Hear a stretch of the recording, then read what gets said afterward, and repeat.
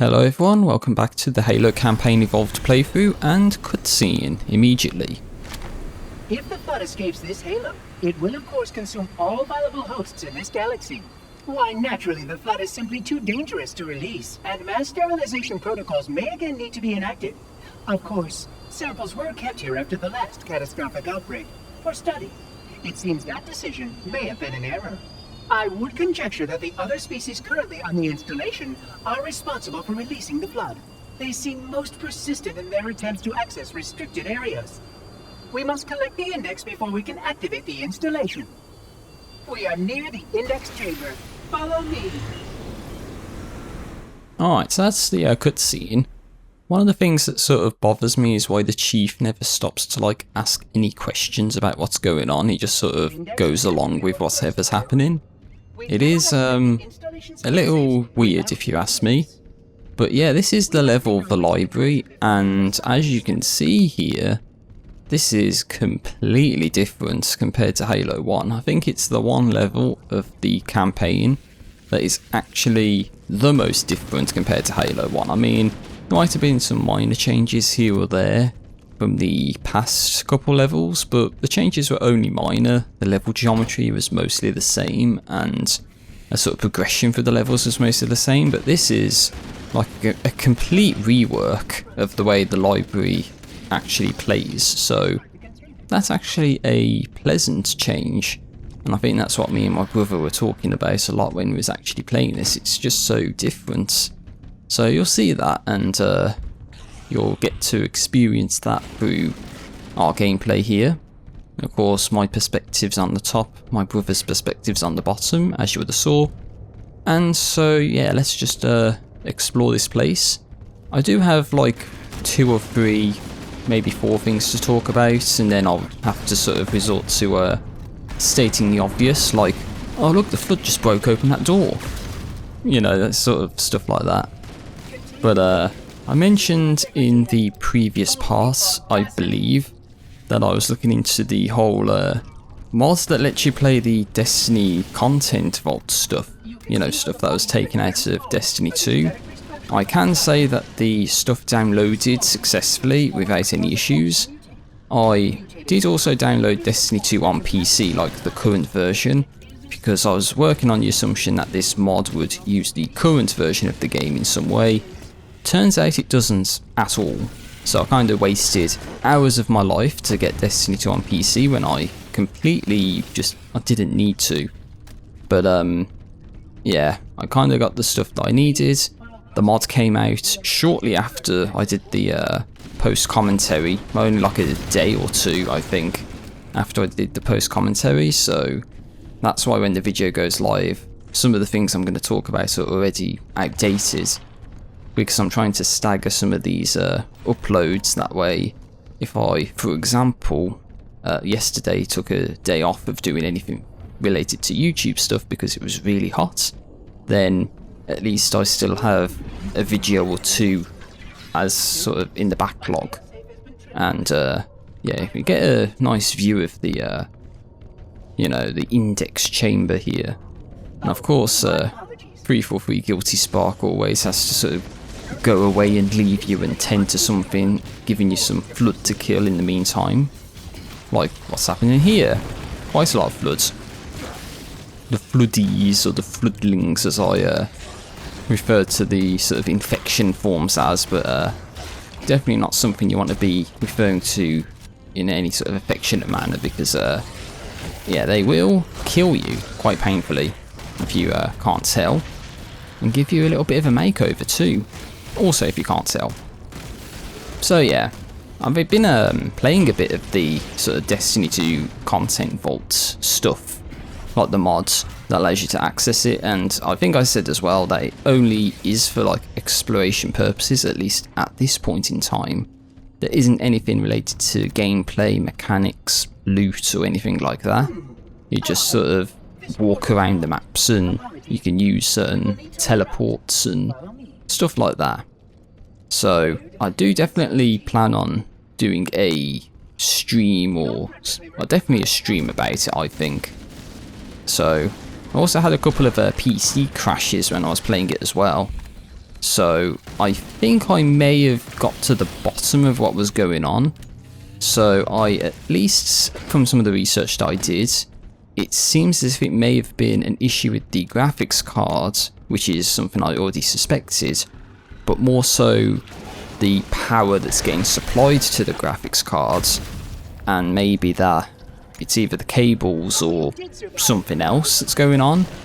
Or like, you know, like maybe when I was cleaning my PC, I nudged one of the cables that's attached to the power supply slightly, and that may have caused a bit of a connection issue. I don't know what it is exactly, but the sort of workaround I've got for now is to, in like the Nvidia app, because I got an Nvidia graphics card, just force it to use less than 100% power.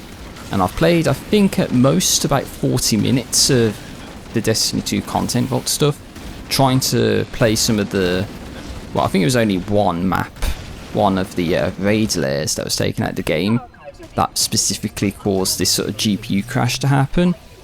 Never happened, so I'm hoping I have sort of stopped that from happening for good.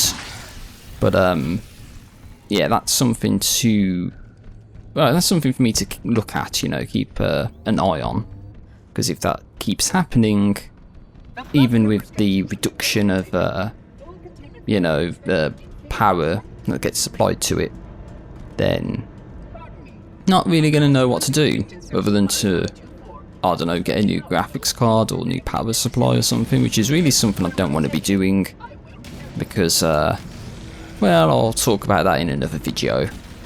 But so yeah, we got the lift, the elevator here, and my brother kept making references to a game called Treasure Planet, specifically, excuse me, the PlayStation 1 version, where there's an NPC, and this is like the first level of the game, by the way, who sounds kind of like Watto from Star Wars. I'm not going to do the impression because it's going to suck ass, but he always does the, looks like you need a lift, or do you want to use the lift, or something to that effect. And he always tries to do the Jim Hawkins impression of, yeah, sure, I'll use the lift, every time there's some sort of lift or elevator or something, or some, you know, something to that effect. He's always making references to that, and it was just sort of acts like you're very annoyed by it, because in a way you are. But yeah, that's something that I said to him earlier. I had to mention this in the post commentary about the yeah, it looks like you can use a lift. It's just, stop it. I don't know, if you see me like shake my head or punch my brother or something in the the video here, whenever we get to a lift, then assume that's what happens, if I haven't already sort of you know, mentioned it already, or you haven't seen it already, and I just got distracted by something else. And in terms of where me and my brother are with playing Halo Campaign Evolved, we've actually gotten through all of the campaign on Campaign Remix on Heroic, getting all of the scores and all of the terminals along the way. So at this point in time, which is actually the 14th of August 2026, we only have the 3 bonus levels to go through with all scores, all terminals on Heroic, and then it'll probably be Lasso after that, or try and do some of the level specific or school specific achievements. Like, I think we wanted to do one where you have to have one of the schools is called The Floor is Lava, which is exactly what you think it is. If you spend too much time on the ground, you're going to get hurt. And even with the sort of superpower damage boost, damage resist preset that you can enable, which is what me and my brother enabled to get through the heroic playthrough a lot easier, but even with that enabled, you do take a bit of substantial damage, so you kind of have to figure out ways to sort of get up in the air to get your shields recharged. But with that Glorious Lava Skull enabled, you have to beat a level without jumping and without dying. And there's another sort of a challenge where you gotta, I think it's to put on certain schools, but then you're not allowed to run out of ammo in a level or something. Now, I don't know if our sort of infinite ammo because that's something you can enable as well, is infinite ammo bottomless clip in the sort of super power loadout that you can enable and still get achievements when using that. You can just put those skulls on and you don't have to worry about it whatsoever. But yeah, it's just stuff like that we're going to have to do. And I think, as I said, yeah, there's this sort of super power damage loadout that you can use. And even though it doesn't immediately give you achievement progress, you can actually sort of, as I mentioned in the previous part, I believe, just sort of quit to the main menu, turn the preset off, go to the Pillar of Autumn on easy difficulty, or any difficulty really, get the first skull, which is in the starting area, talks about where it is. It was on the right lines in the playthrough, if you remember part 1, but it was just the other side of the room. But yeah, if you collect that skull, it updates your achievement progress for stuff like the Heroic Campaign, Campaign Remix Without Dying, Lasso I assume. And at the time I'm doing this post commentary, that still hasn't been fixed, if that is meant to be a bug or not. If it's intentional, then great, I'm all for it. And hope to try and experiment with Lasso and see how good or bad it goes. Bearing in mind you're going to get stuff like Blind and Black Eye and Mythic and Tilt and maybe Floor is Lava as well. It's just going to be some of the worst skulls imaginable, but you know, we'll have to see, because we have to get all the skulls first, which means doing the last 3 sort of bonus levels of the campaign evolved sort of set of missions. And I'll let you know, presumably in a future part, how good or bad that goes, or if this even gets fixed, patched by the time we get around to doing it, which would suck, in all honesty. But worst comes to worse, I guess I'll have to check out the Halo Completionist's Lasso guide, if he does it legit, or if he's just using this sort of super power damage loadout like what we've been using. But anyway, so that's another thing, just our progress with the game so far.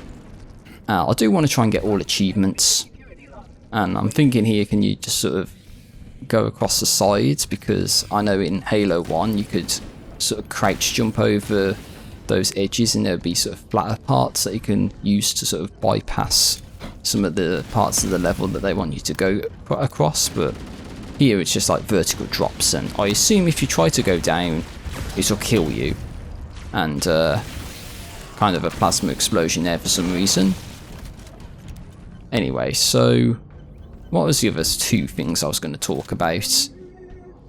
I know one of them was talking about the length.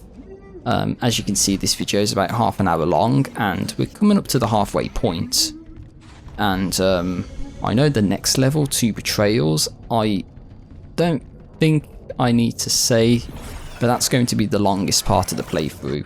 I'm not looking forward to doing the post-commentary, but one thing that seems like a saving grace is there's a 5-minute cutscene at the start, so it's kind of like doing a 30 odd minute long post commentary. So in a way that kind of makes things a little better. Oh, and yeah, this is completely new. Hard light bridges that you have to activate and then sort of run across without falling into the bloodified sort of areas down below. I think it goes without saying if you drop down there you'll die instantly, so... Or maybe you can drop down there, I don't know. We didn't drop down there, I mean, I don't want to find out, so...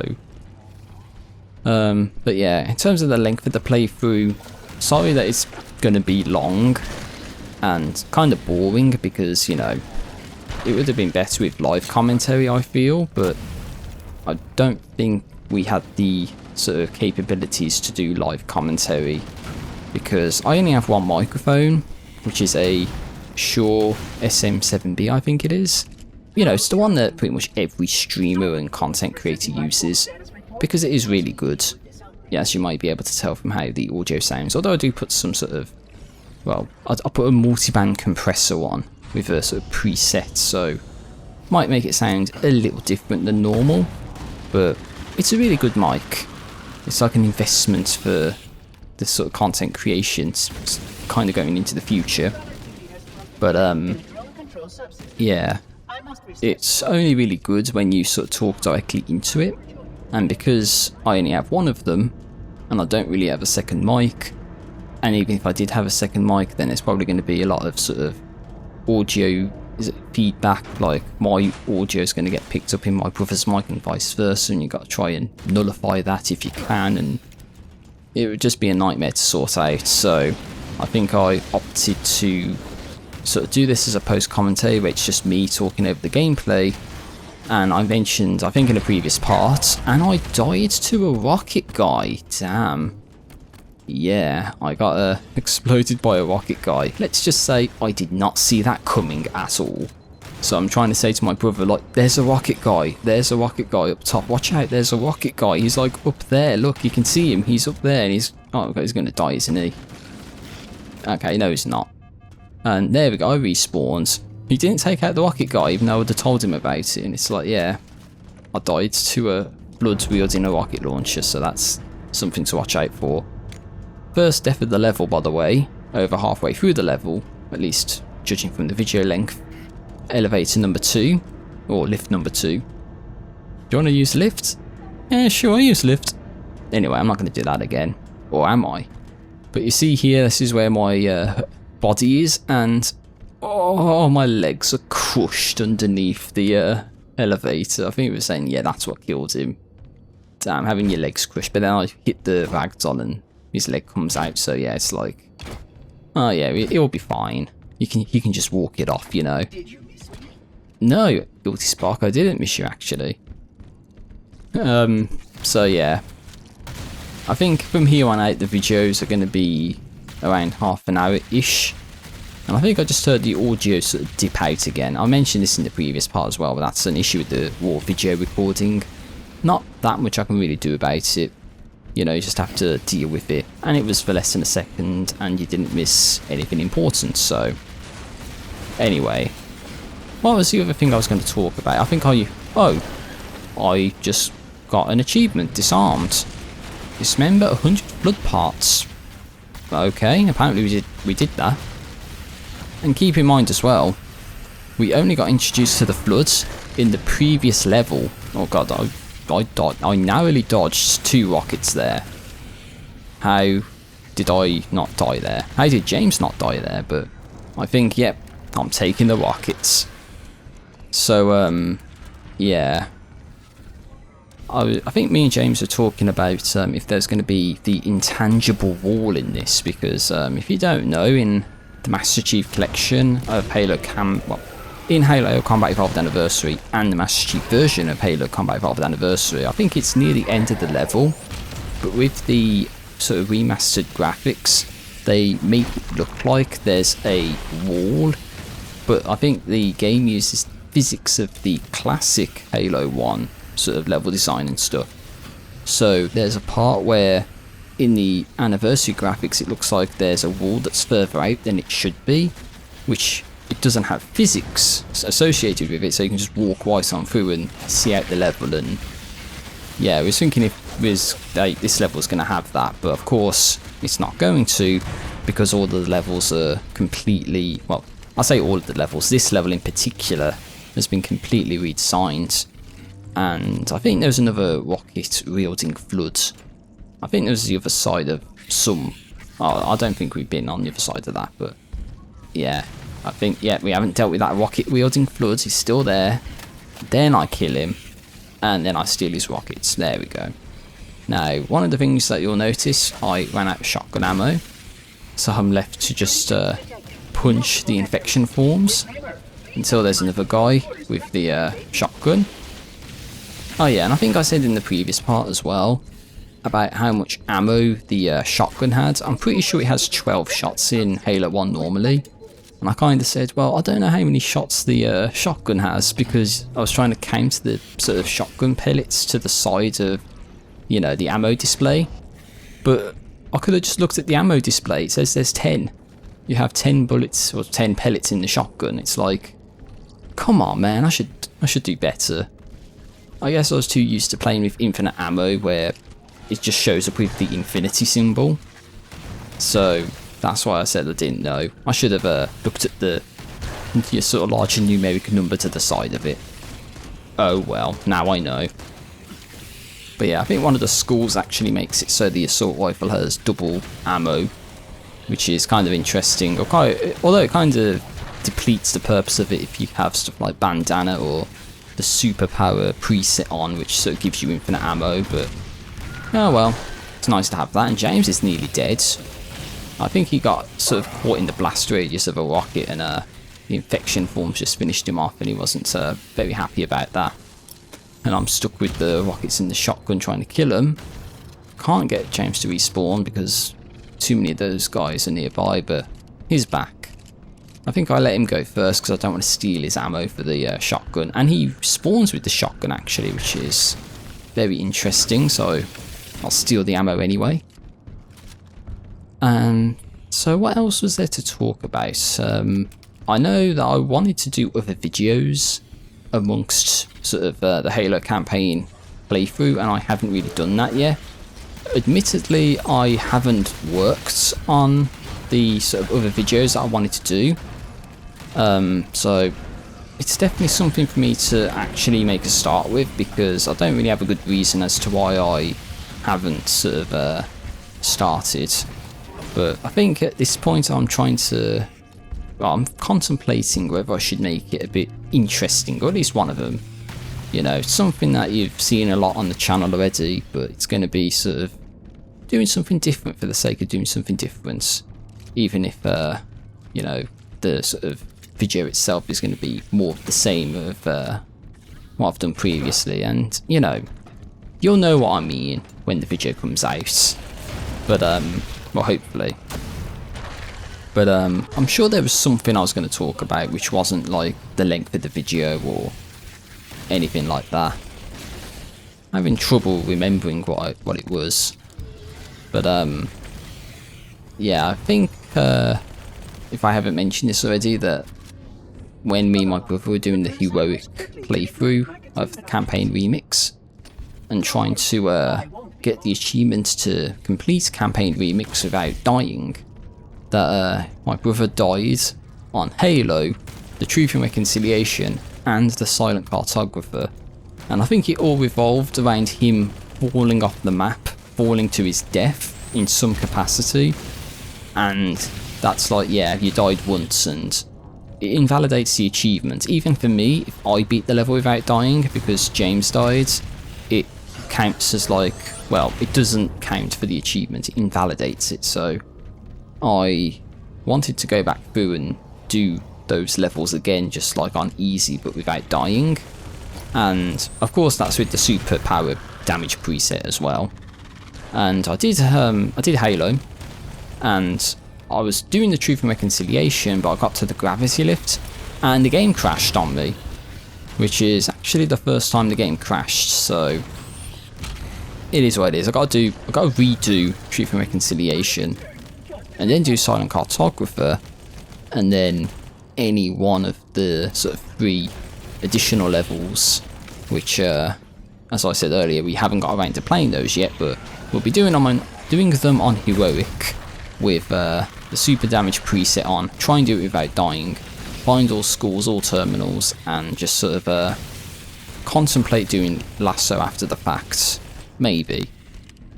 But I don't know, part of me feels like I want to do it solo, just because I know it's going to be ridiculously difficult, but another part of me wants to do it co-op in case there's the Iron Skull on, which, if you don't know what the Iron Skull does, if you're in solo play and you die, you have to start the level all over again from the beginning.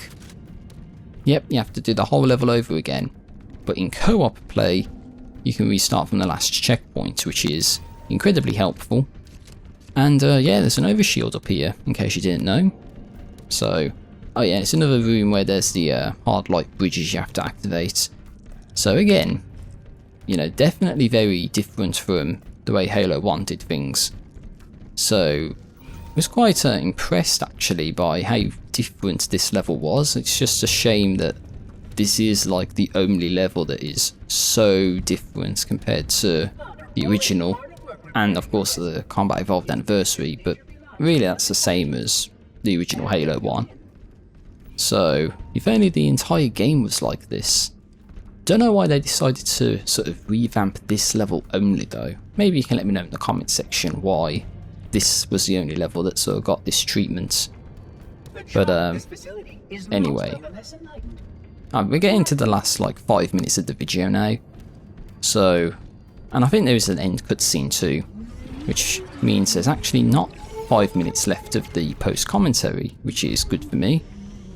So we're coming up to the last lift, I believe. Yeah, the last lift's down there.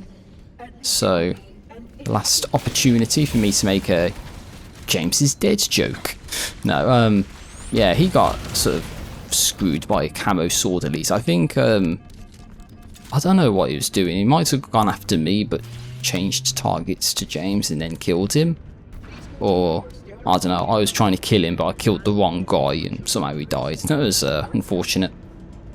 But anyway, so this is coming up to the end of the level, and there's actually something that's going to happen towards the end of the level, which you're not going to believe. I should tell you about it when it happens. But yeah, I'm having difficulty remembering what the other thing I wanted to talk about was. I'll probably remember it as soon as I stop the post commentary. It just seems like it's going to happen. But anyway, here we go. We've got 4th floor, tools, guns, keys to super weapons. Yes. Of course, there was the but I don't want to ride the elevator, and it gets worse from earlier on as well. But anyway, so we're just going around killing the guys as you do, and I think it's just like a loop, this area, so it doesn't really matter which way you go. But as you see here, I take a look to the right, see there's a way you can go, and then if we go down here, then we got sentinel beams. We go down there, there's overshields, and we go down here, we've got another skull. Yes, we actually found a 2nd skull in this playthrough, the famine skull. So that would make it so ammo in dropped weapons is halved. So again, kind of to make lasso more challenging, you can't just rely on like the rocket launchers that the flood drop, or the shotguns that the flood drop, because you would have less ammo. I think if it was weapons that are sort of purposefully placed, then they aren't affected. It's only specifically from weapons that are dropped. And I think I'm trying to tell James about this area, and he finally sort of gets down here.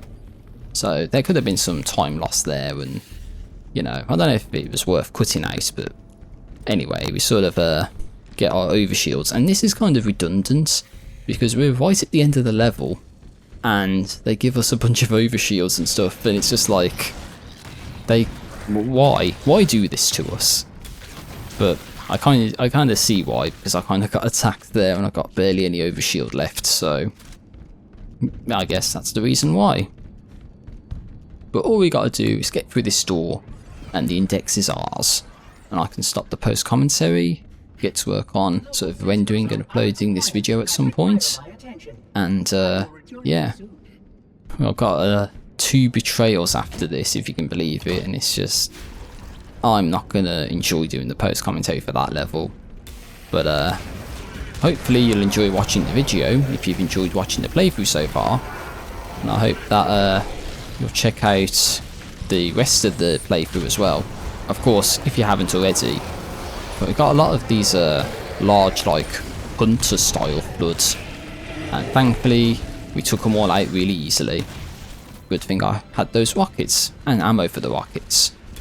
But I think at this point I'm going to give my sort of pleasantries and round off the commentary. So as always, thank you very much for watching the playthrough. Hopefully you enjoyed the video. Let me know what you think. Take care there, peace out, and see you later.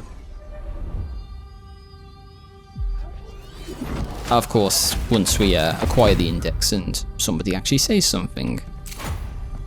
Ta-da! We got the index. Awesome. But wait!